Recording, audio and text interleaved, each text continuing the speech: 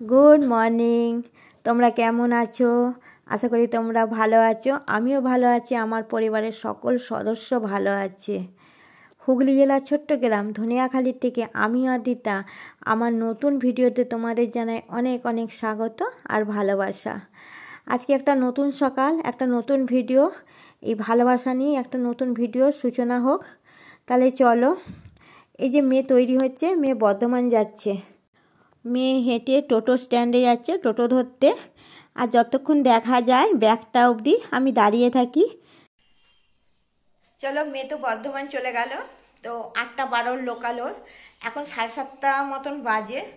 তো তোমার দাদা ভাই শুয়ে আছে, শুয়ে থাক। আমি ঘর দর ঝাড়দা হয়ে গেছে, সবই হয়ে গেছে। কিছু বাসন আছে বেসিনে, সেগুলোকে মাজবো, রান্নাঘরটাকে গুছবো।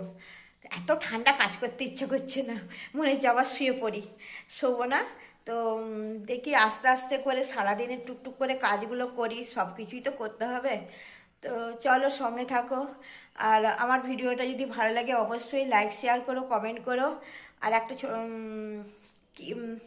কি বলবো, চলো সঙ্গে চলো, দেখতে থাকো তোমাদের দিদি সারাদিন কি করে।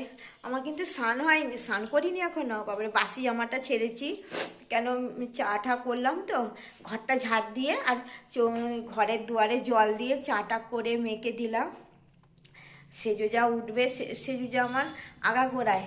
আমি যতদিন আমার কাজের মেয়ে ছিল ততদিন আমার উঠোন ঝাড় দিতে লাগেনি, কিন্তু এই আজ তারপর থেকে এই কয়েক বছর ধরে আমার যা আমার উঠোনটা ঝাড় দিয়ে দেয়। আমার শাশুড়ি মাও আমার উঠোনটা ঝাড় দিয়ে দিত, কেননা আমি উঠোন ঝাড় দিতে পারি, কেন আমার কোমরে প্রবলেম বলে আমি উঠোনটা ওই নিচু হয়ে ঝাড় দিতে পারি না বেশি। আমি নিজের ঘরও বেশি ঝাড় দিই না, সকালে একবার ঝাড় দিই আর ওই মুছেই দিই, আর ঝাড় দিতে পারি না, কোমর নিচু হলে কোমরে যন্ত্রণা হয় বলে। তো আমার আর এই উঠোন ঝাড় দেওয়ার ব্যাপারটা না আমাদের দুর্গাপুরে অত ছিল না, কেন ওখানে তো কোয়ার্টার, তো ফ্ল্যাট, তো ওখানে অত ঝাড়ফাট দিতে হতো না। তারপরে যেটুকু ঝাড় দিতে হতো কাজের লোক করতো। তাই আমি কোনোদিনই আমার যখন বিয়ে হয়েছে তখন আমার বিশাল বড় উঠোন ছিল। এখন তো সবাই ঘর বাড়ি করে করে উঠোন ছোট হয়ে গেছে। তো তখন আমার কাজের লোক আমার উঠোনটা দোবেলা ঝাড় দিয়ে দিত, এখন আমার সেজু যা দিয়ে দেয়। আর আমার শাশুড়ি মাও সারাদিন কোনো কাজ করতো না, কিন্তু বলতো ছোটো বৌমার উঠোনটা আমি ঝাড় দিয়ে দিত, কেন আমার ঘরে লক্ষ্মী আছে, তো হাড়ির লক্ষ্মী আছে, তো ওই জন্য আমার উঠোনটা ঝাড় দিয়ে দিত। আর মা দিত, আর আমার সেজুটাও দিয়ে দেয়, ওটা বলতে লাগে না। আমি কোনোদিনই দিইনি, আমিও কোনোদিনই উঠোন টুটুন ঝাড় দিইনি। তো ঠিক আছে, চলো। আমার যাও এখন ওঠেনি। তা মেয়ে চলে গেল, মেয়ে বর্ধমান গেল। 8:12 লোকালে গেছে। তো 7:30 না বেরোলে হবে না। আজকে তোমাদের দাদা এত ঠান্ডা পড়েছে, বলছে আমি উঠতে পারবো না, আমি একটু পরে উঠছি।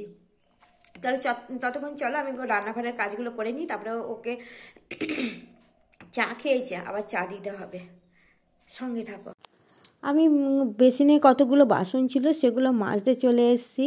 সেগুলো মেজে পরিষ্কার করে সব কিছু গুছিয়ে, যেহেতু রান্নাঘরটা এমনি একটু অগোছালো আছে, ঠান্ডার জন্য বেশি কাজ করতে পারছিলাম না, শরীরটাও ভালো ছিল না। তাই জন্য আজকে চিন্তা করলাম যে সব কিছু মোছামুছি করে ভালো করে টিপটপ করে রান্নাঘরটাকে গুছিয়ে নিই, সেটাই করতে চলে এসেছি।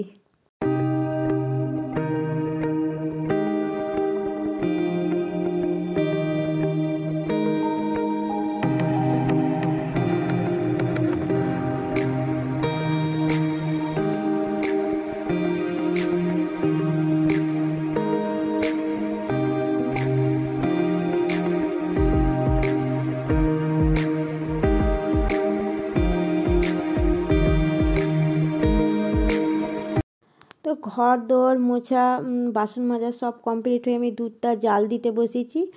আর আমার স্নানও হয়ে গেছে, আমার গোপাল সেবাও হয়ে গেছে। তো আমি এখানে সবজি কাটতে চলে এসেছি। আজকে এই সবজিগুলোই রান্না হবে, মেথি শাক আর এই সব কিছু দিয়ে পনির দিয়ে একটা তরকারি করব। এই তরকারিটা ভাতও দিয়ে খাবো, আবার রাতে রুটি দিয়েও খাবো। তো আমি আর তার সাথে সকালবেলা তো চা খেয়েছি, এবার একটু খিদে খিদে পাচ্ছিলো, আর কদিন ধরেই চানাচুর খাবো ভাবছিলাম, তো আজকে চানাচুরটা নিয়ে বসে পড়েছি। আর এই কেকটা গতকাল তোমার দাদার মেয়ে মিলে এনেছে, তো মেয়ে খেয়েছে, আমিও একটা খেয়ে টেস্ট করব। তো একটা আমি খেয়ে ওই চানাচুর আর ওই কেকটাই খেলাম, ওটাই টিফিন করলাম। এই যে বাক্সটা তাই তোমাদেরকে দেখালাম। যাকে তো আমি এই খেতে এগুলো কুটে নিই, ঠিকঠাক করে নিয়ে এবার আমি রান্নাতে চলে এসেছি। রান্নাতে মানে এই সবজিগুলো না আমি সব আলাদা আলাদা করে ভেজে নিয়েছি, ফুলকপি, আলু, সিম সব ভেজে নিয়েছি, পনির ভেজে নিয়েছি। এটা ঠিক করতে সে নবরত্নর তরকারি বলে না, সেরকম ধরনই হয়েছিল, কিন্তু নবরত্ন নয়। হ্যাঁ, তরকারিটা খেতে খুব সুন্দর হয়েছিল। আর 3 পিস বেগুন ভেজেছি। আর মেথি শাকটা, এই যে মেথি শাকটা হচ্ছে, মেথি শাকটা ভাজা বসিয়েছি, এটা বেগুন দিয়ে ভাজবো। আর ওই তরকারিটার জন্য না বাদাম আর ওই যে এটা হচ্ছে চালমগজ আর পোস্ত এই দিয়ে তরকারিটাকে করেছিলাম। তো এই যে তরকারিটা ওই কষাচ্ছি, মশলাটা দিয়ে কষাচ্ছি। দেখি সবাই জানো এইসব রান্নার কিছু বলছি না। তো আজকে এই রান্নাটা এগুলো ভাজাভাজি করে মশলা সব ঠিকঠাক করে না আমি আবার করলাম তোমার পুজোর জন্য, আবার নিজে চেঞ্জ করে তারপরে পুজো দিয়ে আবার এলাম, এসে রান্নাটা কমপ্লিট করে এই যে ভাজা হয়ে গেছে, বেগুন ভাজা তো আগেই দেখিয়ে দিয়েছি হয়ে গেছে। আর এই দেখো পনিরের তরকারিটা কেমন হয়েছে বলো তো, পনিরের তরকারিটা অবশ্যই জানাবে। তো আমাকে জানো তো, আজকে সকালবেলা আমি পুজো করেছি, দুপুরে করেছি। এই যে বাসনগুলো এগুলো দুপুরের বেরিয়েছে, এগুলোকে আবার মাজবো, গোপাল সোনাদের জামা কাপড় সব কাচবো। Good evening. দেখেছো গোপু সোনারা কেমন বসে আছে, চুপচাপ বসে থাকুক। আমি দোকানে যাব, আর